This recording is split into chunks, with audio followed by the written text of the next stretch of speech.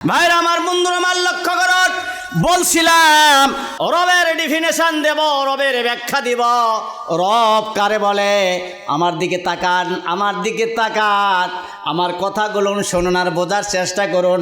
আমার আল্লাহ কোরআনুল কারীম থেকে আমাদের হেদায়েত নসিব করে দিবেন। মারহাবা।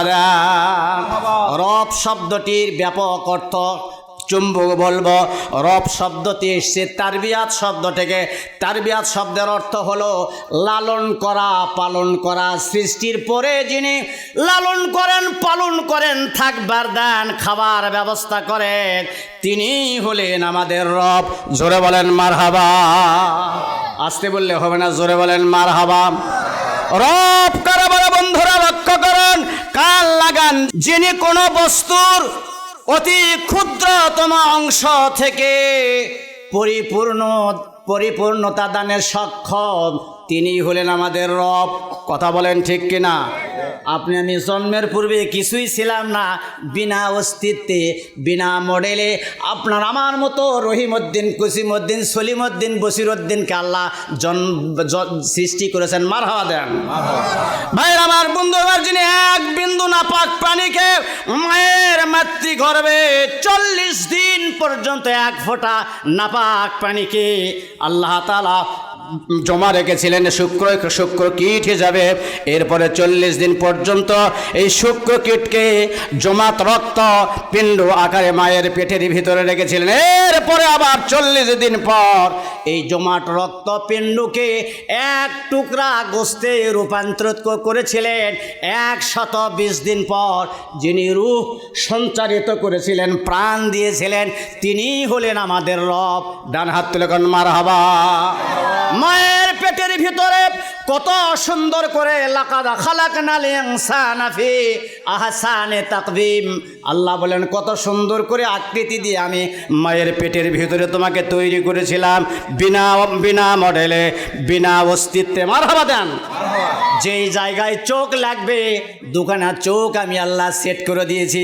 যেই জায়গায় হাত লাগবে, যেই জায়গায় কান লাগবে, যেই জায়গায় নাক লাগবে, যেই জায়গায় পায়ে লাগবে, যেখানে যেই জিনিসের প্রয়োজন, ঘাটতি দেই নাই। পূর্ণাঙ্গ রূপে একটা স্ট্রাকচার তৈরি করার পর সবগুলো জায়গা মতো করে আমি আল্লাহ সেট করে দিয়েছিলাম। পূর্ণাঙ্গ কমপ্লিট একজন মানুষের আকৃতিতে আমি আল্লাহ 10 মাস 10 দিন পর দুনিয়ায় তোমাকে নিয়ে এসেছিলাম। তিনি হলেন আমাদের রব। ডান হাত তুলে মারহাবা দেওয়া যায়। এই মিয়ারা খালি ঘুমায়েন না, কথা কন ঠিক কিনা? কথা কন ঠিক কিনা? আমার ভাইয়েরা, আমার বন্ধুরা লক্ষ্য করুন, রুহের জগতে রবের পরিচিতি লাভ করার পর রুহের জগতে আলমে আরোহায় সাইয়েদনা আদম আলাইহিস সালামের সামনে পৃথিবীর জন্ম লগ্ন থেকে শুরু করে শেষ দিন পর্যন্ত, পৃথিবীর শুরু থেকে শেষ দিন পর্যন্ত এই পৃথিবীতে যত মানুষ এসছে আর আসবে, সমস্ত মানুষের রূহগুলোকে, আত্মাগুলোকে আল্লাহ রাব্বুল আলামিনের নির্দেশে আদম আলাইহিস সালামের সামনে হাজির করা হলো। এরপরে আল্লাহ পাক নির্দেশ করলেন, আদেশ করলেন, আলাস্তু বিরাব্বিকুম, আমি কি তোমাদের রব না? আমি কি তোমাদের প্রভু নই? মারহাবা দেন। এক যুগে আমরা সকলেই সমস্বরে বলেছিলাম ক্বালু বালা, হ্যাঁ আপনি আমাদের রব। মারহাবা দেন। যতগুলো লোক আপনারা বসে আছেন, প্রত্যেকে আমরা সেই দিন আমাদের আলমে আরোহায় রুহের জগতে আমরা আল্লাহকে রব হিসাবে আমরা গ্রহণ করেছি। মারহাবা দেন। রুহের জগতে রবের পরিচিতি লাভ করার পর মানুষ যাতে জীবনের বাঁকে বাঁকে মোড়ে মোড়ে ওই রবকে যেন ভুলে না যায়, বন্ধুরা আমার লক্ষ্য করুন, মন থেকে যেন রবকে মুছে না ফেলে দেয়, সেই কারণে রব শব্দটাকে আমার আল্লাহ জীবনে এবং মরণে সম্পৃক্ত করে দিয়েছেন। আল্লাহ জিজ্ঞাসা করেছিলেন আলাস্তু বিরাব্বিকুম, আমি কি তোমাদের রব না? আমরা সকলেই সেই দিনই বলে এসেছিলাম হ্যাঁ, ক্বালু বালা, হ্যাঁ আপনি আমাদের রব। মারহাবা দেন। আরো জোরে বলেন মারহাবা। আলমে আরোহায় রুহের জগতে প্রথম প্রশ্ন আল্লাহ রব দিয়ে শুরু করেছেন, কান লাগান। এরপরে দুনিয়ায় আসার পরে যেন আমরা আল্লাহ তাআলাকে আমরা ভুলে না যাই। বন্ধুরা আমার, সেই জন্য কোরআনুল কারীমের প্রথম ওহী আমার আল্লাহ আবার রব দেয়া শুরু করলেন। আর একবার কোন মারহাবা। বুঝতে হবে কোরআন বর্ণিত আলোচনা। দ্বিতীয় প্রশ্ন, আল্লাহ তাআলা সুন্দর করে রব দিয়ে কোরআনুল কারীমের প্রথম ওহী, ইকরা বিসমি রাব্বিকাল্লাযী খলাক। আল্লাহু আকবার কোন। পড়ো তোমার রবের নামে যিনি তোমাকে সৃষ্টি করেছেন। সুবহানাল্লাহ কোন। আমাদের সৃষ্টিকর্তা কি? আরো জোরে বলেন কি? কোরআনুল কারীমে ভাইরা আমার, বন্ধুরা আমার, কোরআনুল কারীম হচ্ছে গোটা দুনিয়ার মানুষের মুক্তির একমাত্র সংবিধান। জীবনের ধাপে ধাপে এই কোরআনুল কারীম আল্লাহ তাআলা নাজিল করেছেন। প্রথম সূরার প্রথম আয়াত আবার আমার আল্লাহ রব দেয়া শুরু করলেন। দিনের ভিতরে যারা কমপক্ষে 5 ওয়াক্ত নামাজ পড়ে প্রত্যেক বান্দারা কমপক্ষে 40 থেকে 42 বার এই সূরাটা পড়ে। এই সূরাটা না পড়লে নামাজ হবে না। আলহামদুলিল্লাহি রাব্বিল আলামিন। জোরে কোন আল্লাহু আকবার। আমার আল্লাহ এই সূরায় আবার রব দিয়ে শুরু করলেন। প্রথম সূরা কোরআনের। সুবহানাল্লাহ কোন। আমার ভাইয়েরা, আমার বন্ধুরা লক্ষ্য করুন, সমস্ত প্রশংসা, যাবতীয় প্রশংসা ওই আল্লাহ রাব্বুল আলামিনের জন্য, যিনি সমগ্র বিশ্ব জাহানের মালিক। জোরে আর একবার কোন আল্লাহু আকবার। আল্লাহ প্রদত্ত এই কোরআনুল কারীমের শেষ প্রান্তে শেষ সূরার প্রথম আয়াতে আবার আল্লাহ রব দিয়া শুরু করলেন। শুধু রবের ডিফিনেশন, রবের ব্যাখ্যা যদি দেই কোন কোন জায়গায় আমার আল্লাহ রব শব্দ ব্যবহার করেছেন, ফজর হয়ে যাবে, আপনাদের ধৈর্যের সীমা থাকবে না। সংক্ষেপ করে নিলাম। প্রথম শেষ সূরাটা আমার আল্লাহ রব দেয়া শুরু করলেন। আমার সঙ্গে একটু জোরে জোরে পড়ে নাও। যুবিল্লাহি মিনাশ শাইতানির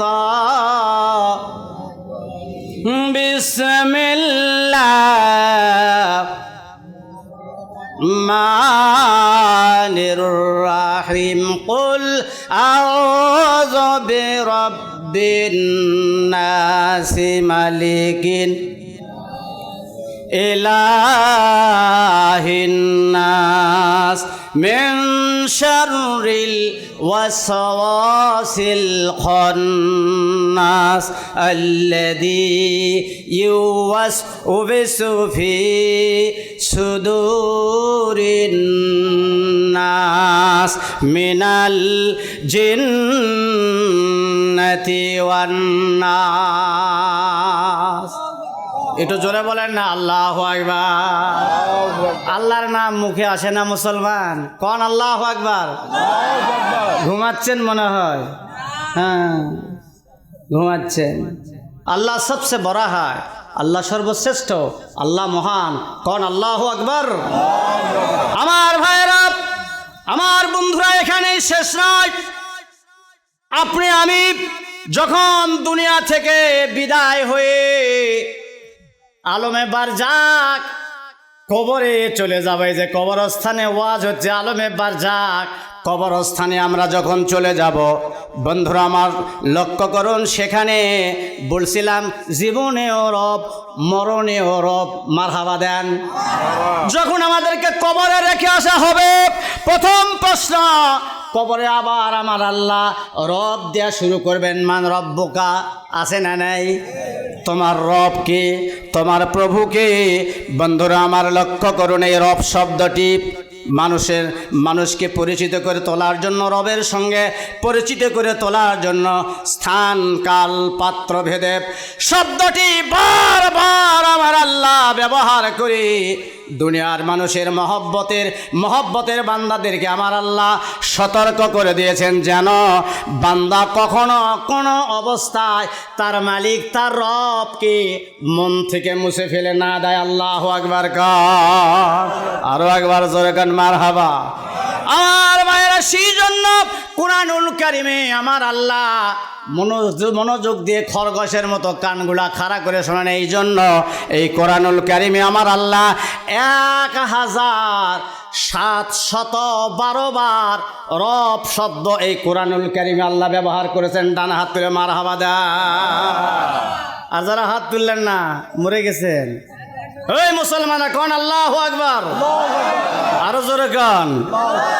আছেন তো না উঠে যাবেন? 1700 এই মুখস্থ করিলেন 1712 বার আমার আল্লাহ রব শব্দটি এই কুরআনুল কারীমে ব্যবহার করেছেন। কোরআন শরীফ তো জীবনে কোনোদিন পড়েন না। ছোটবেলায় দেখতাম ফজরের নামাজের পরে প্রত্যেকেই কোরআন নিয়ে বসেছে।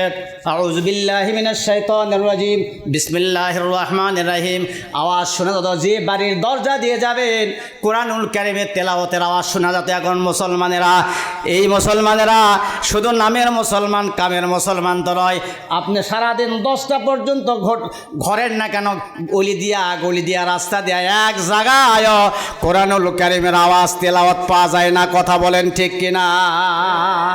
সেই যুগের মুসলমান, আজ থেকে 40 বছর আগেকার মুসলমান আর এখন এই 40 বছর পরের মুসলমান, আকাশ আর জমিন পার্থক্য। আওয়াজ দিয়ে কথা বলেন ঠিক কিনা? সত্যের যুগ ছিল, তারা সত্য কথা বলতে, এখন তো মিথ্যায় ভরে ফেলে দিয়েছে। কথা বলেন, বেজার হচ্ছেন মনে হয়। ভাইরা আমার, বন্ধুরা আমার, বলছিলাম 1712 বার রব শব্দ আমার আল্লাহ কুরআনুল কারীমে ব্যবহার করেছেন। আল্লাহু আকবার। যেন আমরা মন থেকে মুছে না ফেলে দেই। বিশ্বনবী সাল্লাল্লাহু আলাইহি সাল্লাম যখন কোনো সাহাবীকে কবরস্থ করতেন, কবরে দাফন করতেন, যখন কোনো মৃত ব্যক্তিকে কবরে দাফন করতেন, কবরে দাফন করার পর রাসূলুল্লাহ কবর থেকে যখন ফারেক হতেন, আমার দিকে চোখ দিয়ে তাকান, কান দিয়ে শোনেন। বিশ্বনবী সাল্লাল্লাহু আলাইহি সাল্লাম উপস্থিত সাহাবায়ে কেরামদেরকে লক্ষ্য করে বলতেন, ইস্তাগফিরু লিআখিকুম, তোমাদের এই ভাইটার জন্য তোমরা দোয়া করো। মারহাবা দেন। মরে গেছে কবরে রাখা হচ্ছে। আমরা তো একদিন এই কবরের লাশ হব, সন্দেহ আছে নাকি? এই কবরস্থ ব্যক্তিকে আল্লাহর নবী বললেন, ইস্তাগফিরু লিআখিকুম, তোমাদের এই ভাইটার জন্য দোয়া করো। লোকটা মরে গেছে, কবরে দাফন কাফন করা হলো। বন্ধুরা আমার, আল্লাহর নবী বলেন, সুম্মা সালু লাহু বিত্তাসবিত, এই লোকটা যেন ইমানের উপরে ইস্তেকাম থাকতে পারে। আল্লাহু আকবার। কবর অত্যন্ত মারাত্মক জায়গা। আমাদের প্রত্যেককে একদিন ওই কবরে শুতেই হবে। কথা বলেন ঠিক কিনা? নবীজি বলেন, ফাইন্নাহুল আনা ইউসালু, এক্ষুনি এই লোকটাকে কবরে তাকে জিজ্ঞাসাবাদ করা হবে। সুবহানাল্লাহ। কান লাগান, শুনতেছেন? 10 জন সাহাবী বিনা হিসাবে আল্লাহর জান্নাতে চলে যাবে। দুনিয়ায় যাদেরকে আমরা আশারায়ে মুবাশশিরা বলি, দুনিয়ায় যারা জান্নাতের সুসংবাদ প্রাপ্ত হয়েছেন, বন্ধুরা আমার, এই 10 জন আশারায়ে মুবাশশিরার 3 নম্বর সাহাবী রাসূলুল্লাহর জামাই। মারহাবা দেন। একটু জোরে কর না মারহাবা। হযরত ওসমান রাদিয়াল্লাহু তাআলা আনহু যখন কবরের পাশ দিয়ে যাইতেন, এই যে কবরস্থানে গেলে কবরের পাশ দিয়ে আল্লাহর রাসূলের সাহাবী ওসমান যখন গমন করতেন, তিনি দাঁড়িয়ে শিশু বাচ্চার মতো ডুকরে কবর দেখে কাঁদতেন। সুবহানাল্লাহ। যার ফলে তার দাড়ি ভেজে, চোখ থেকে পানি পড়তো, দাড়ি ভেজে, বুক ভেজে, জামা ভেজে যেত। এত কাঁদা, শিশুর বাচ্চার মতো ডুকরে তিনি কাঁদতেন।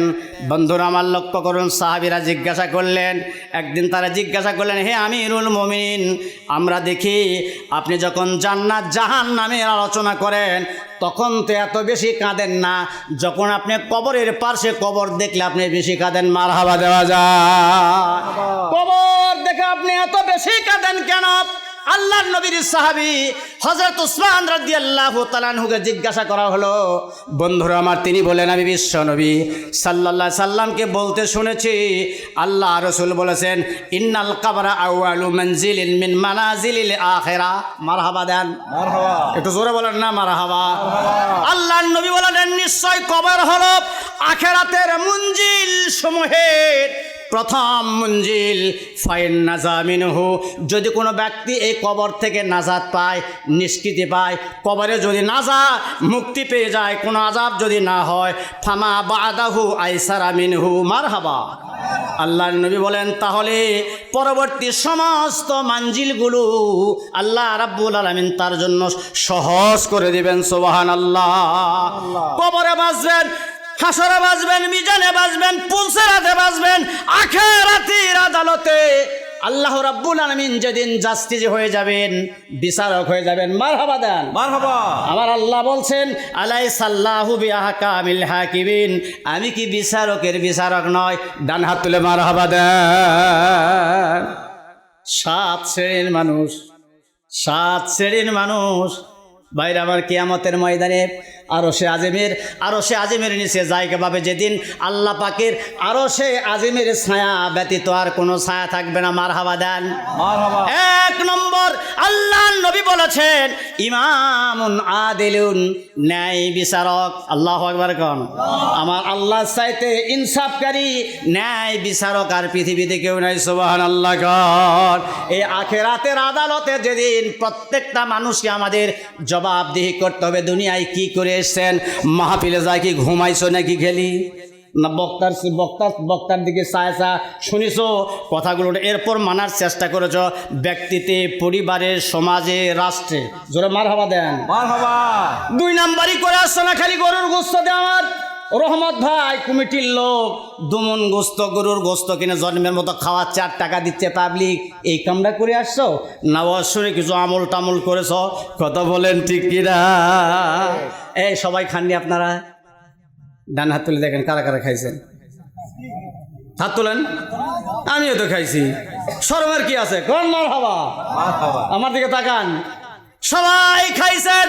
ভাইরা আমার, যেদিন আপনাকে কিয়ামতের ময়দানে জিজ্ঞাসা করা হবে, আপনি যদি সলেট মানুষ হন, ওয়াইন তুবদু মাফি আনফুসিকুম আও তুখফুহু ইউহাসিবুকুম বিহিল্লাহ। ডান হাত তুলে মারহাবা দেন। আপনি ভালো কাজ করেন আর মন্দ কাজ করেন, সেই দিন আমার আল্লাহর আদালতে পাই টু পাই আপনার হিসাব নেওয়া হবে। সেদিন হাসির কোনো কারণ থাকবে না। হাসির খোরাক আমি দেয় নাই। ফালিয়াজহাকু কালিলান ওয়া ইয়াবকু কাসীরা। আমার আল্লাহ বললেন দুনিয়ায় তোমরা বেশি বেশি করে কাঁদো, কম করে হাসো। আমরা তো বেশি বেশি হাসি। কথা কম। আমরা কমার্শিয়াল বক্তা না, আমি একজন অধ্যাপক মানুষ, আরও চাকরি 5-6 বছর আছে, আলহামদুলিল্লাহ করব। 2 নাম্বারই না কমার্শিয়াল বক্তা না, জাতির হেদায়েতের লক্ষ্যে কি করে মানুষ হেদায়েত পাবে, মুক্তি পাবে, নাজাত পাবে, নাজাতের লক্ষ্যে নিজে বাঁচবো, অপরকে বাঁচাবো। কু আনফুসিকুম ওয়া আহলিকুম নারা। মারহাবা দেন। আমি নিজে জাহান্নামের আগুন থেকে বাঁচতে চাই।